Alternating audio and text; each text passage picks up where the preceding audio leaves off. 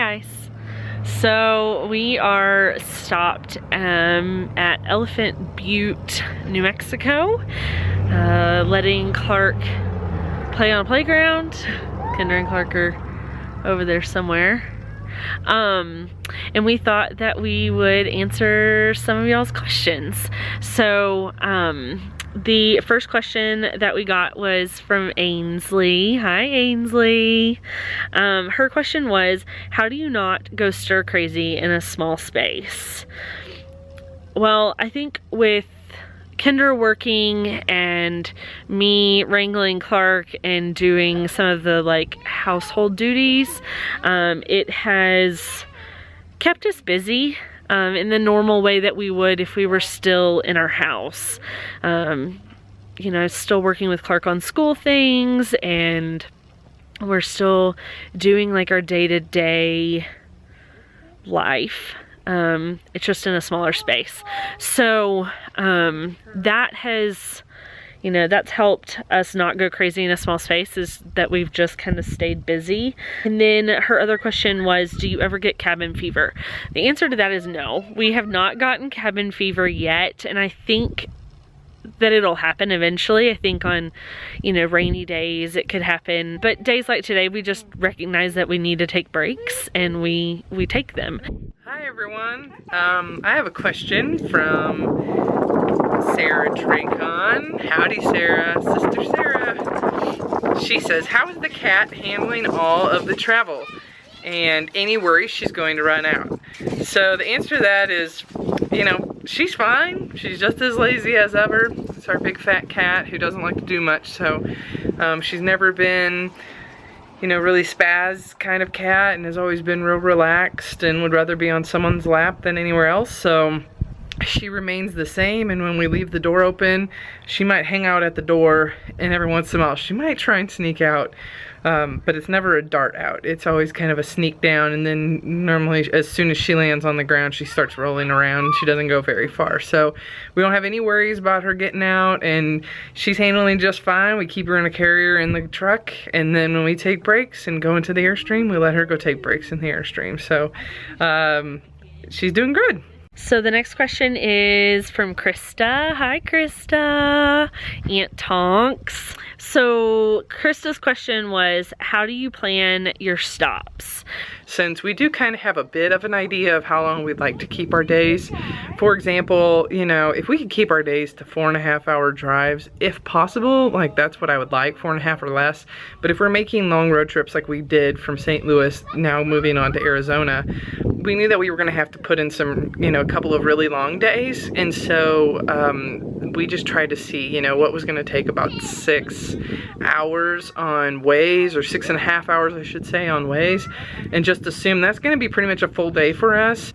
Between taking gas stops and going to the bathroom and making lunch and stretching our legs at lunch, and then even taking other breaks so Clark can get out and, you know, get the wiggles out, it takes us a lot longer. Not only that, but as a travel trailer, I don't, and definitely Amanda doesn't like it when I get even close to 70. So we pretty much set cruise control on 70 when we can, and that means that, you know, Waze is calculating us going 75 miles an hour, and when you're talking hours of that, it really eats into your time. We use an app called AllStays.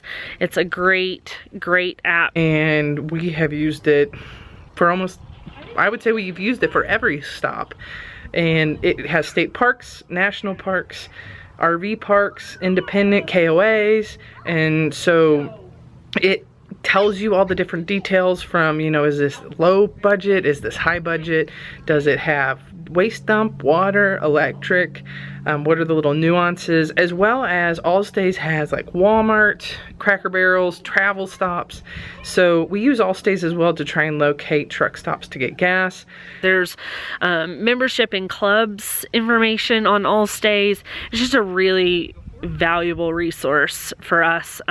We had heard about AllStays from a couple of other YouTubers and checked it out, and we have not been disappointed at all. So I hope that kind of describes how we decide where we want to stay.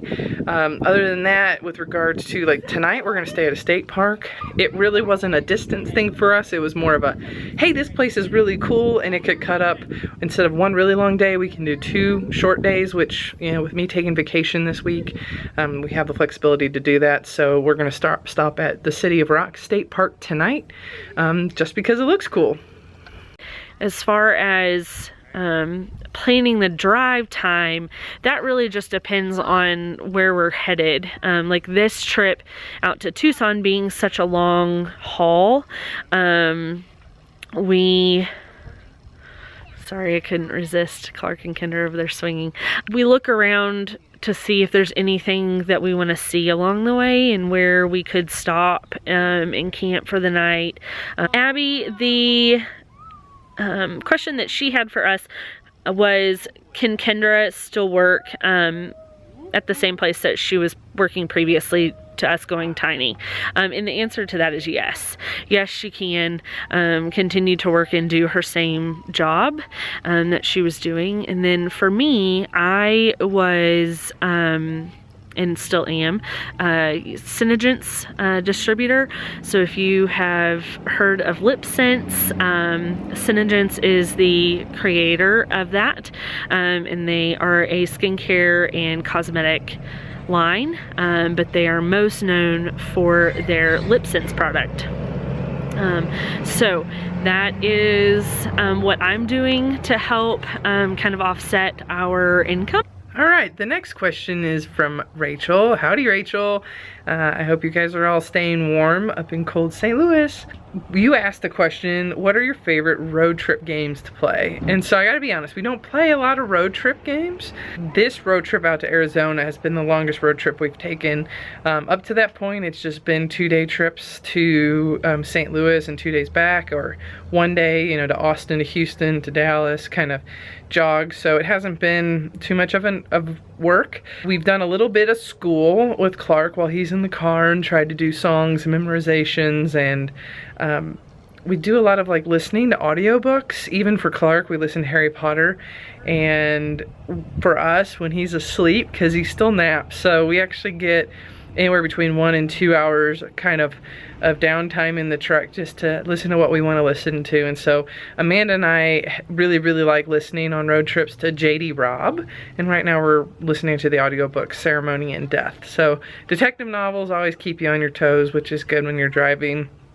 And finally, we like to take lots of pit stops, such as this one right here, and get out and stretch our legs and let Clark run. And so when it comes to road trip games, we don't do a lot, but I'm sure as Clark gets older and he starts recognizing ABCs and a little bit better and whatnot, that we can play some of those games with him to keep things fresh and occupied in the car. But he plays well with his toys when we're not keeping him busy. And finally, Alex, hi Kunkle Alex, he says he's a bit of a smart, if you know what I mean.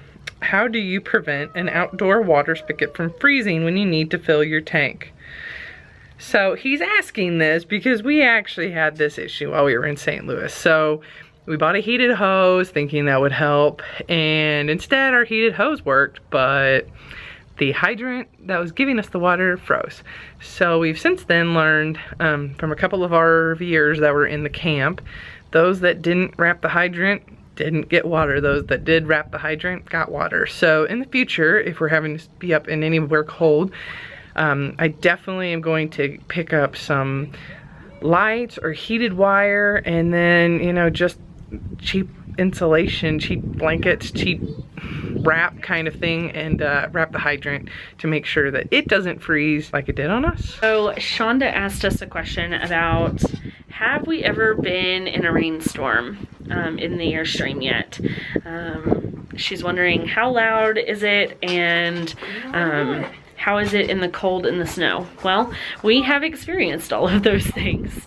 The first night we stayed in the Airstream, I should say, there was a huge storm that blew through Dallas, and yes, it's noisy, but it's not anything that you can't sleep through, or it's kind of tin roof like, but I don't think it's as loud. I don't think it's as loud as a tin roof. I think it's more muddled down, but yeah, so I personally like it. It's kind of white noise like. Clark's not had an issue sleeping through it, which is awesome as well. The snowstorm and the cold we have experienced, we were in Illinois for Christmas this year, and it was definitely cold and snowing. We had 3 days of decent snow, not anything like further up north experiences. The Airstream did just fine. It's well insulated, and we've got propane, so the furnace works really well, and it gets warm really fast, so we actually find that we keep the thermostat lower than what we would in the house. It's just the nature of a small space. I hope that answers your questions. We look forward to doing more of these Q&As with you guys again. It was fun, and we will talk to you soon. Bye.